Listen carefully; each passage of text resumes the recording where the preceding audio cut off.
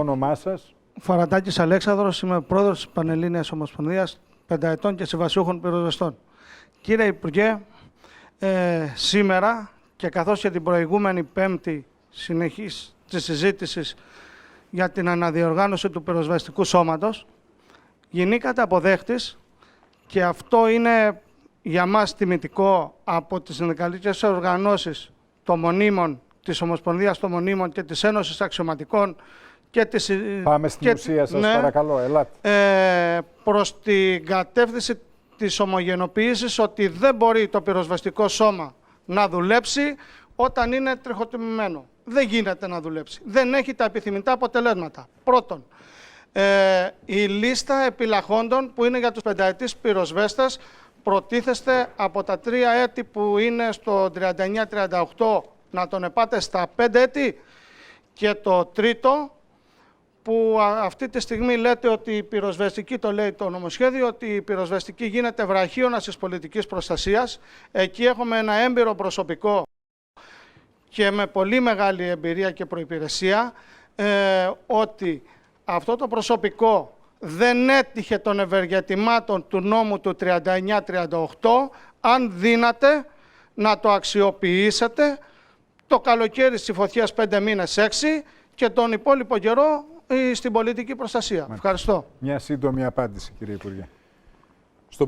Στον πρώτο πρόεδρο, τον κύριο Γερακαράκο, καταρχήν έχει ένα δίκαιο σε αυτό που λέει, ότι η ασφάλεια πληρώνεται και πρέπει να είμαστε τίμοι σε αυτό. Το ελληνικό κράτος απέναντι στον Έλληνα αστυνομικό είναι τσίπικο.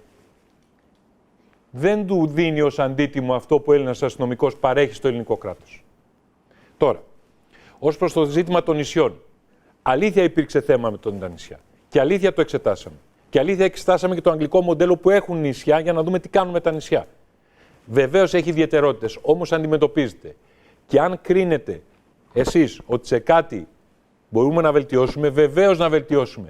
Κανένας δεν λέει ότι ξέρει εξ αποκαλύψεως αλήθεια, πρόεδρε, και ότι είπε αυτό είναι και τίποτα άλλο. Βεβαίως, συζητάμε ένα χρόνο τώρα, συζητάμε στη Βουλή μια εβδομάδα. Έχουμε το λιγότερο άλλες 10-15 μέρες, 20 στη Βουλή συζήτηση. Ευχαρίστως να βελτιώσουμε πράγματα τα οποία χρειάζεται να βελτιωθούν. Δεν υπάρχει καμία άρνηση σε αυτό. Ανοιχτές πόρτες, περάστε.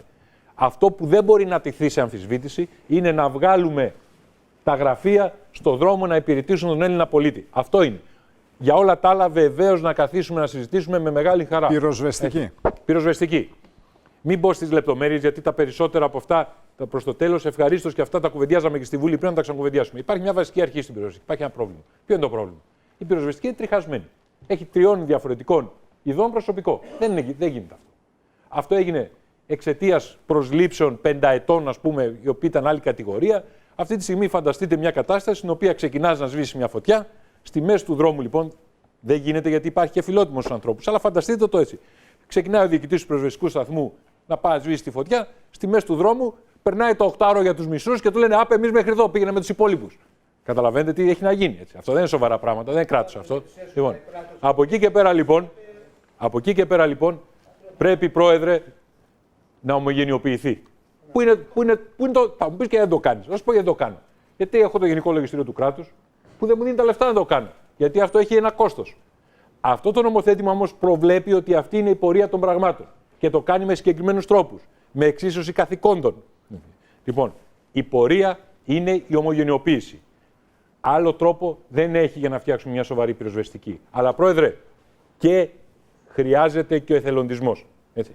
Δεν μπορεί να πάμε σε μια χώρα που θα καθόμαστε και θα κοιτάμε μόνο τους πυροσβέστες να σβήνουν.